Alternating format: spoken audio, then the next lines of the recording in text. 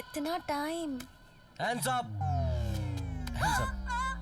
तनिको आवाज निकलल था। जितना गहना रुपया बस सब निकाल के दे दो। लेकिन तो लोग एक चीज तो भूल गई डाकू जी। वो का? हमार सैंडल दी का। पहचान गए लोग? पहचान गई नहीं। हमार फोन काहे ना उठावत रहलू? ओफो, एग्जाम रहे ना। कौन लड़का नहीं हुन पटाल दिल्ली में? पागल हो गए बड़ा का? ऐसा कैसे सोच लेला? हाँ। काहे की जिगर वाला लड़का अब फिगर वाली लड़की, अब वो अकेले ना रहस। ओफो, तू दोनों ना एकदम ही पागल बाड़ा। आखिरी बार कहता नहीं, पैसवा लौटा दे।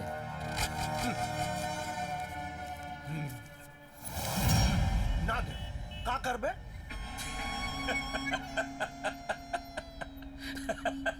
तार हड्डी भी टूटी, पैसवा छिनाई। मामा के हड्डी तोड़ तो रहे। निकाल पैसा, पैसा निकाल।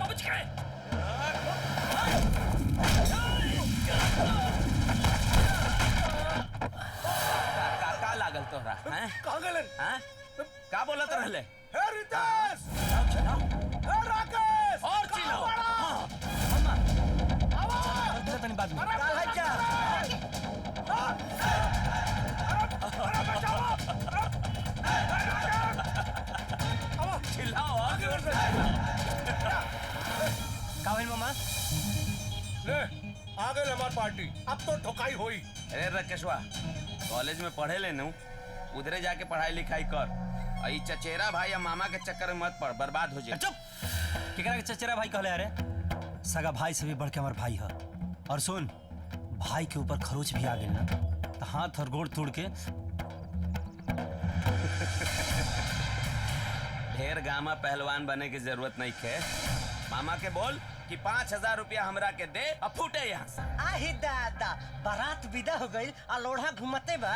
हार चुकल बड़ा महाराज, बात खत्म करो। ऐसे कैसे खत्म हो जाए? अब देख का खत्म करो तानी हम। रे मामा के मार तो रे।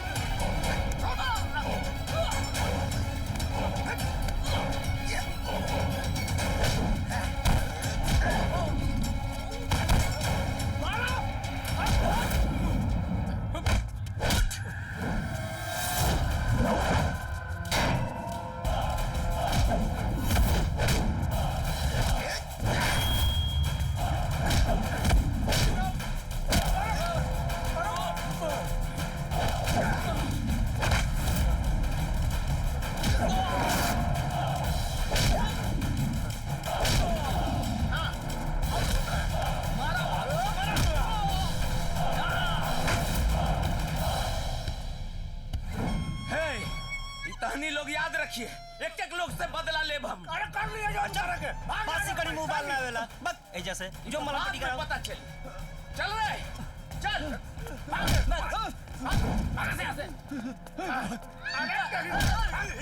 अरे जिया हमार भागना लोग आ जा। मामा कंपनी जिंदाबाद। तू ससुर बांगुर खाली सुरतिया ठोका बैठ के। खेती जारू जोड़ के जोर घट गई त केहू और के केकर जोरू भैया? हम जोरू के बात करता नहीं रे। हैं? हम जोरू के बात करता नहीं। हम तब बस अपन जमीन के बात करता नहीं। हर बार सुधाकरवा हमरा के मुकदमा में हरावाता और आज हमरा के जुआ में भी हरा देले बा। जब तक सुधाकरवा के खानदान के हम तहस नहस ना कर देता नहीं तब तक हम चैन के सांस लेब ना। भैया वो दोनों भाई लोग के शक्ति उनका रेक्टा में बा। एगो शहर से पैसा भेजता और दूसर का गांव में मुकदमा लड़ाता। वो दोनों के शक्ति हमने अगर तोड़ दे ली जाना तो अकनी के चूटी के जैसे मसल दिहल जाए।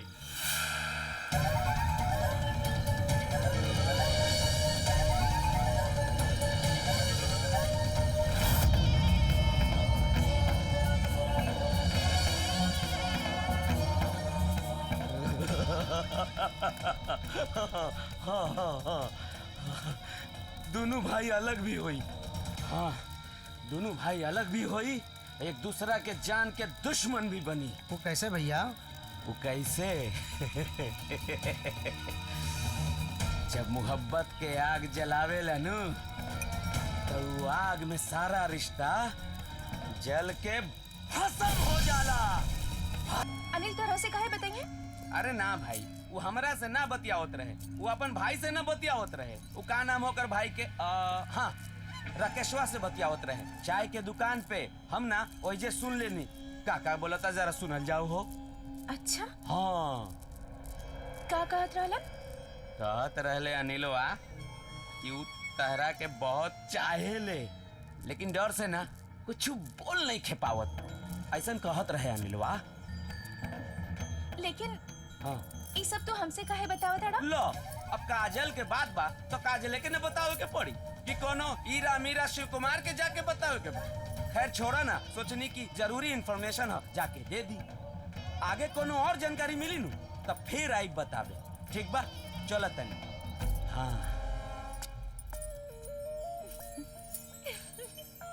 हे प्रभु, हे प्रभु, हे प्रभु, तू तो हमार मन मांगल मुराद पूरा कर देला। हम जानत रहली अनिलो हमके दिलो दिल से बहुत चाहेलन, बस बता ना पावेलन। और का कहत रहे? इतना तारीफ करत रहे कि ओकर तारीफ सुन के हमर दिमागे पगला गई। कहत रहे कि उ तहरा के जी जान से ज्यादा चाहेले, लेकिन वो लाज शर्म के मारे कह नहीं खेपावेले। लेकिन ये सब बात तोहरा से काहे कहत रहे? हमरा से काहे कही? अरे ओकर सहेली भी है ना मंजुआ, हाँ, ओकरा से कहत रहे। हम दीवार के ए तरफ रहनी, सुन लेनी हो। ए, लेकिन अभी तो तोहार हमरा भाई और मामा से झगड़ा भइल है, ये सब हमरा काहे बतावत रहत? हाँ, झगड़ा मुकदमा तो 20 बरिस से चल रहल बा। पाटीदारे बनी नू, ऊ तो चलबे करी। अच्छा ठीक बा, हम चलतनी, एगो जरूरी काम बा। अनु, ठीक।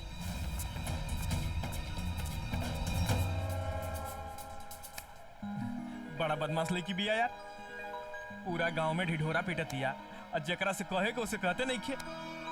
चल तो हम देखा तानी कि कबले कबूले लू। हैं? कस के लग गई है हल्दी दूल्हा राजा के। ए देख, आगे नहीं बढ़ो रानी।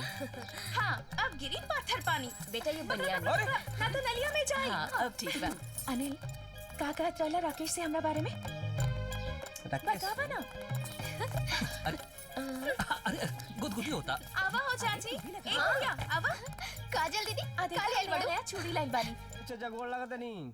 अरे अनिल, बैठा बाबू, बैठा बैठा बैठा। अरे तोहर कौनो अता पता नहीं के मिला। हम जोगिंदर के फोन कैले रही तोरा खातिर। हाँ बतावत रहले हैं। अच्छा, हाँ बतावत रहले वो कि अंजना पढ़ के आयल बिया विलायत से। हाँ हाँ हाँ, विलायत से पढ़ के आयल बिया, वहीजा हॉस्पिटल में ज्वाइन कैले बिया।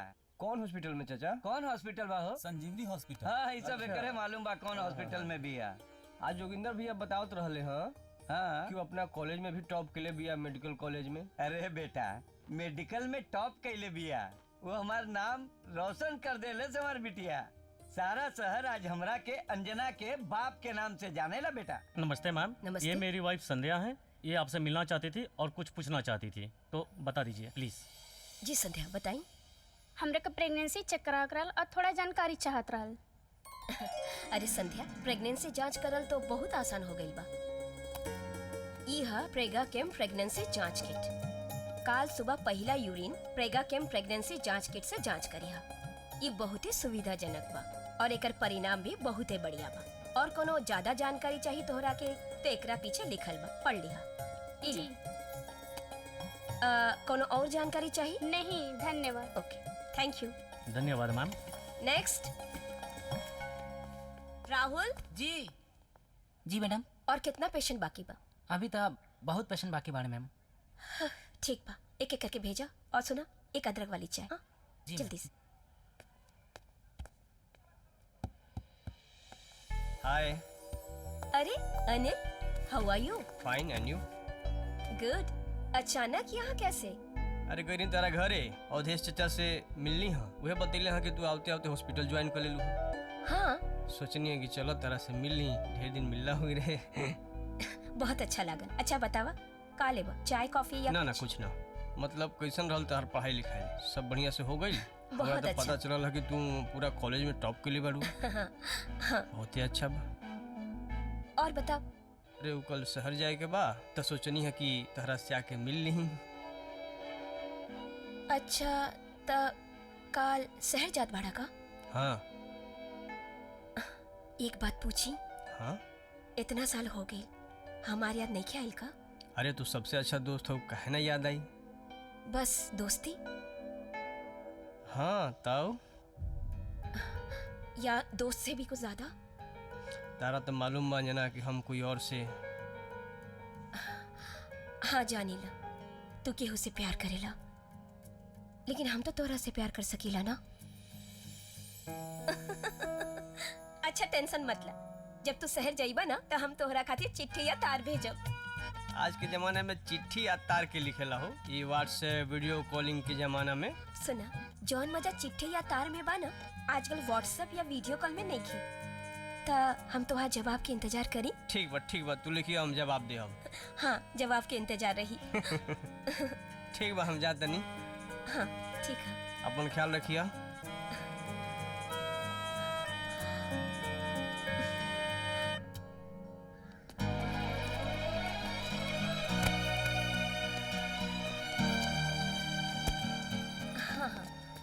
अरे जल्दी जल्दी ये अनाज और तेल काहे रखवा रहा है? शहर में कुल ना मिलेला का?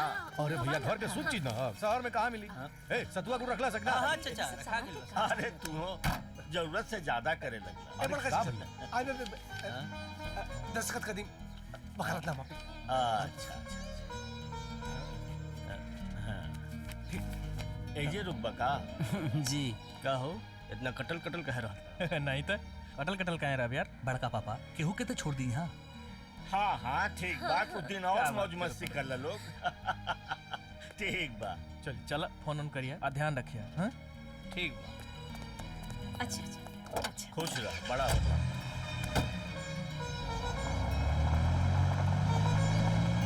पहुंचते कुछ खबर दे भैया। छोड़ी ना, ये सब कहा। वो कहा ना बिंदिया, जब बिजली चमकेला ना तुहार याद आवेला। अच्छा, और जब बादल गरजेला ना तो बहुते याद आवेला। और जब बुनी पड़ेला ना मन पागल हो जाला। मन को का करी का ना करी। अपन भाषा में मनोरंजन खातिर डाउनलोड और सब्सक्राइब करी चौपाल।